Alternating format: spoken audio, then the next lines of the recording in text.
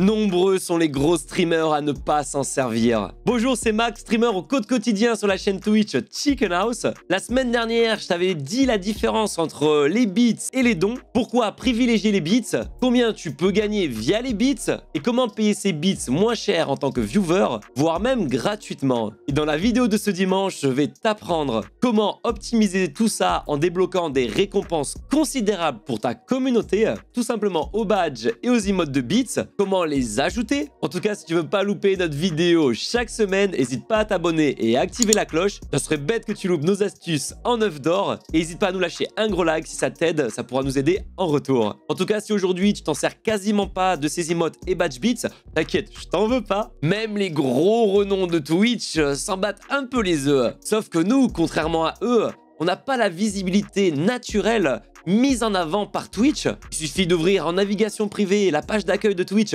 pour se rendre compte que ce sont toujours les mêmes mis en avant. Du coup, aujourd'hui, grâce aux bits, tu vas voir comment fidéliser ta communauté encore plus, sans oublier que ça va aussi rendre service à ta commu, car quand on est affilié et pas partenaire, on est beaucoup plus limité en nombre d'emotes disponibles. Et ça, que ça soit les tiers 1, tiers 2 ou tiers 3 d'abonnement. En tout cas, si t'as pas vu tous les 15 avantages, souvent très méconnus, d'être partenaire, ça se passe ici dans cette vidéo. Donc après cette vidéo, tu vas pouvoir encore plus récompenser tes viewers et forcément indirectement augmenter tes revenus. Allons-y, je te montre à quoi ressemblent ces récompenses. Sur ma chaîne, voici à quoi ressemble un badge de cheer. En l'occurrence ici, quand tu as envoyé 100 bits sur la chaîne. Donc en gros, qu'on soit affilié ou partenaire, il y a plusieurs paliers de badge bits à débloquer pour ta communauté individuelle. Et ces badges représentent le montant total qu'un viewer a lâché de bits sur ta chaîne. Si tu veux tout savoir la différence entre les badges et les bits, va voir la vidéo de la semaine dernière. Donc dès le moindre bits lâché sur ta chaîne, tu as déjà un badge. Au bout de 100 bits cumulés, le viewer débloque un autre badge. 1000 bits, encore un autre, etc., etc. Et ce qui est cool, c'est une nouveauté qu'ils ont rajouté un peu plus tard, c'est qu'à chaque badge débloqué, le viewer débloque une nouvelle emote avec, à condition de l'avoir complété. Je te montre ça juste après. Par contre, les emotes à débloquer, c'est uniquement à partir du badge 1000 bits. Pour les badges d'avant, ça ne compte pas. Et ça, évidemment, jusqu'aux badges les plus élevés. Bonne chance pour débloquer les 5 millions de bits sur ta chaîne. Tu t'en doutes qu'il faut être affilié pour débloquer la monétisation de ta chaîne et forcément avoir ces récompenses-là à proposer à tes viewers. Si c'est pas encore le cas, je t'invite à voir cette vidéo où je t'explique comment avoir entre 10 et 30 viewers supplémentaires. En tout cas, l'énorme plus-value, c'est clairement les emotes, souvent très sous-cotés, car beaucoup de membres de ta communauté sont vraiment prêts à mettre quelques bits supplémentaires pour, pourquoi pas, en plus d'un badge, débloquer une emote valable à vie. Ah oui, j'ai oublié de préciser, ce n'est absolument pas comme l'abonnement qui lui est mensuel, donc périodique. Les badges débloqués sur ta chaîne et les emotes en conséquence sont valables à vie pour l'utilisateur. Et du coup, c'est hyper complémentaire ces emotes de bits. Ça m'a beaucoup aidé moi à l'époque quand j'étais affilié car je n'avais pas autant d'emplacements d'emotes pour les subs, que ce soit sub T1, T2 ou T3. Les emotes de followers n'existaient même pas. Donc oui, on était beaucoup bridé en emotes en tant que sub à l'époque. Et même aujourd'hui, avec 5 emotes supplémentaires, on a vite fait le tour. Donc forcément, les emotes de bits sont pas négligeables. Contrairement aux emotes de followers, les emotes de bits sont utilisables une fois débloqués sur tout le Twitch game. Alors pourquoi faire des badges et des emotes bits? Tout simplement pour casser les codes. Tu verras si tu t'en es pas déjà rendu compte, les viewers captent très vite si une chaîne est soignée ou non, si tu investis du temps. C'est quelque chose qu'on ne dit pas forcément, mais on le voit, ça s'observe, ça se ressent. Donc là, rien qu'avec ça, tu peux déjà faire la différence. Moi, on me dit souvent, par exemple, avec tout ce que j'exploite et que je sais t'expliquer via nos vidéos, que j'ai une chaîne extrêmement complète. Et du coup, forcément, les personnes sont fières de soutenir. Alors, tu iras peut-être voir sur les grosses chaînes de Twitch, très peu customisent leur badge de bits. Alors, je t'imagine même pas ceux qui prennent le temps de customiser leurs emotes bits. Je vais pas aujourd'hui te refaire le topo de pourquoi tu dois complètement arrêter les dons sur PayPal ou d'autres plateformes et privilégier uniquement les donations via les bits, surtout si tu cherches à pérenniser ta chaîne. Ça se passera tout simplement dans cette vidéo. Alors, où customiser tes badges et tes emotes Beats. Pour les emotes, c'est pas compliqué. Une fois que tu es dans le tableau de bord des créateurs, tu peux aller dans récompenses de spectateurs, dans l'onglet émoticônes, et en dessous les emotes de followers et de subs, tu retrouveras les emotes de Beats, juste avant le tier mode. Et là, c'est clairement comme une emote de sub. Il faut d'abord l'ajouter à ta bibliothèque, là où sont stockées toutes tes emotes. C'est sur le coin à droite. Tu cliques sur Nouveau ajout, émoticône standard, car oui, aujourd'hui, les emotes animés ne sont pas compatibles pour les emotes de Beats. Si tu veux savoir en quoi consistent les emotes animés et comment les utiliser, ça se passe dans cette vidéo. Tu as ici tous les détails au niveau de la taille du fichier et le poids pour pouvoir l'upload, avec évidemment le nom de ton émoticône. D'ailleurs, je suis en train de voir pour faciliter justement la création d'emotes et surtout gratuitement. Dis-moi si ça t'intéresse en commentaire. Pas tout le monde est à l'aise quand même avec Photoshop.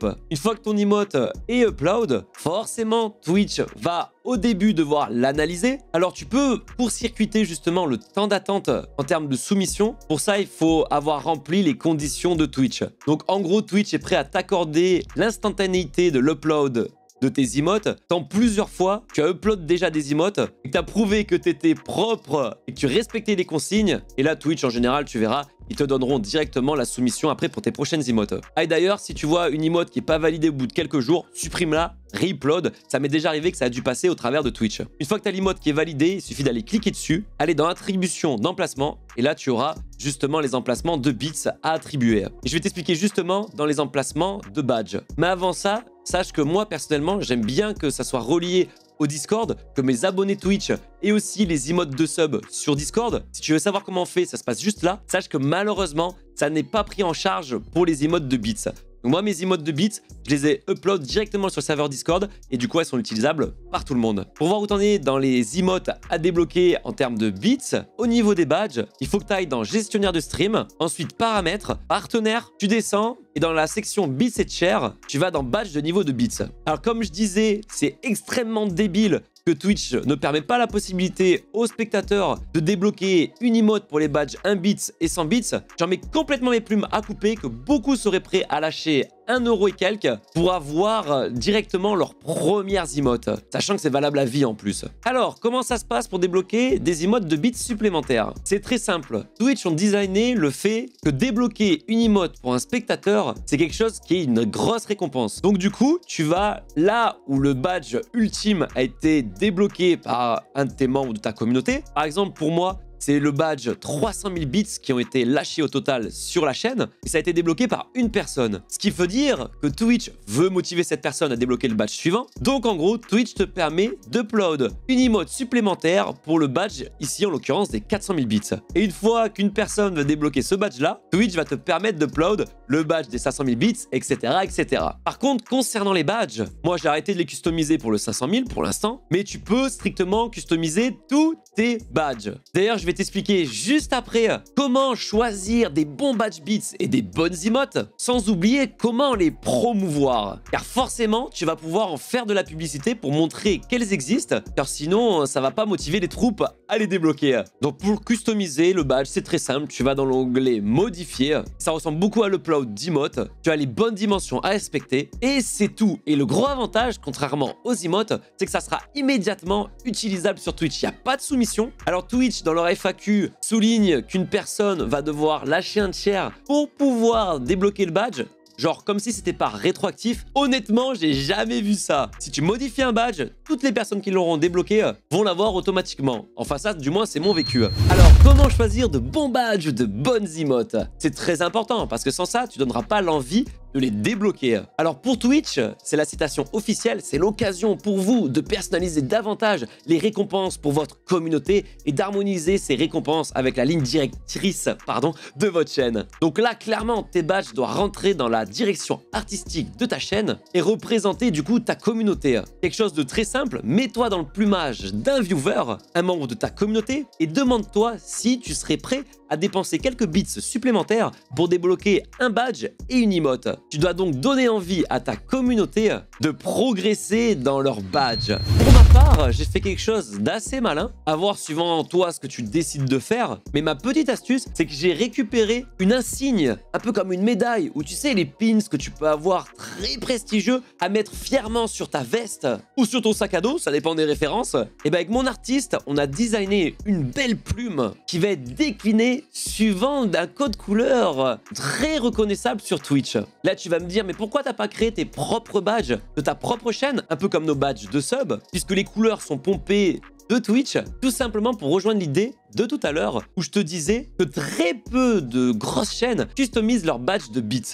Donc forcément, les spectateurs sur le Twitch Game ont globalement l'habitude du code couleur utilisé pour les badges. Du coup, j'ai repris cet ADN de couleur et je l'ai décliné à notre petit médaillon. Concernant les emotes, de mon côté, j'ai eu pas mal de spectateurs qui étaient prêts à claquer quelques centaines de bits supplémentaires pour débloquer une emote en plus valable à vie. Alors comment s'organiser? Là, il faut voir vraiment les emotes dans leur globalité. Par exemple, pour les emotes de followers, j'ai pris vraiment des emotes qui peuvent être utilisés par tout le monde et qui représentent aussi la chaîne, notamment l'emote la plus importante, celle pour dire bonjour. Pour les emotes de sub, j'ai utilisé les emotes qui représentent des propriétés spéciales à la chaîne, comme notre musique qu'on avait créée, le fait qu'on fait beaucoup de clips pour TikTok, ça se passe juste ici si t'as jamais vu cette vidéo, qui pourrait quand même booster bien comme il faut ta chaîne, le fait qu'on ait décliné le fameux kappa de Twitch à notre sauce, ou encore nos emblématiques saison 1. Donc ça, je veux que ça soit utilisé par le maximum de personnes. Du coup, pour les emotes beats, j'ai pris d'autres éléments